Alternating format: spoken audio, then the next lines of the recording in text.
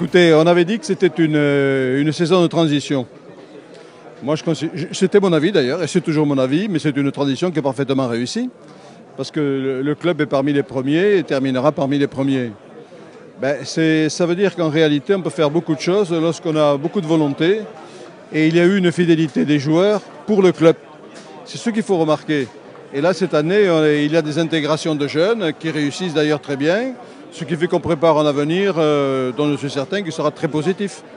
Et il me tarde d'arriver à la fin de saison parce que je ne sais pas ce qui va se passer, que ce soit pour la coupe ou le championnat. Je pense que, en tout cas je croise le doigt, je l'espère, que j'accueillerai à la mairie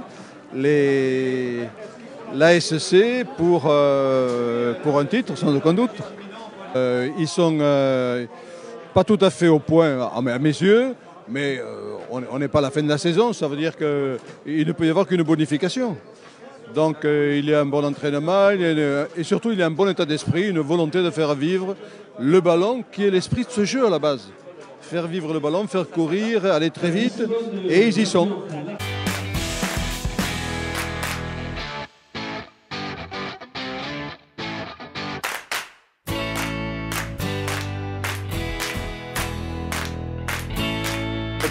C'est le dernier tenu, un petit coup de pied, un magnifique coup de pied d'Alberola pour Tumusa qui récupère ce ballon de volée, qui libère derrière, alors récupérer encore un coup de pied à suivre pour Garrido, est-ce qu'il arrivera le premier dans la but? Et c'est le Garrido.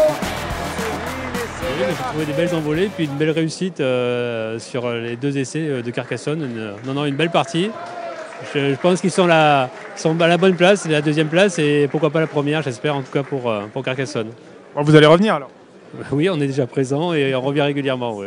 Je pense qu'on a bien commencé le match, on a mis les ingrédients qu'il fallait, on est allé au point, on a joué nos plays. Et après on est rentré un peu dans un système qui n'est pas le nôtre, un peu fou, chacun essayait de jouer un peu son truc et on est sorti du système et après voilà. On est rentré dans un faux rythme, Avignon a bien joué le coup en défendant comme il fallait et on n'a pas réussi à trouver les solutions et à se remettre dans le bon sens. On n'est pas rentré gagnant justement parce qu'Avignon peut-être certes ils ont perdu leur dernier match.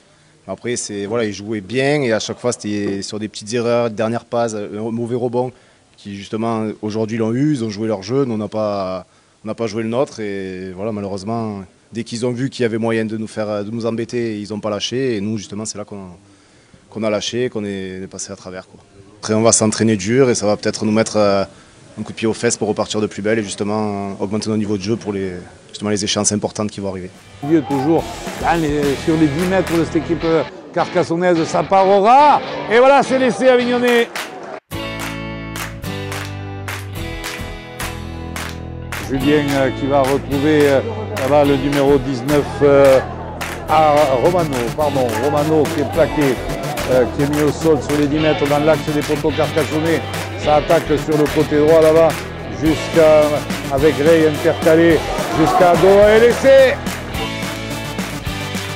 Cinquième tenue, on va tenter le drop, Andreu et drop d'Andreu.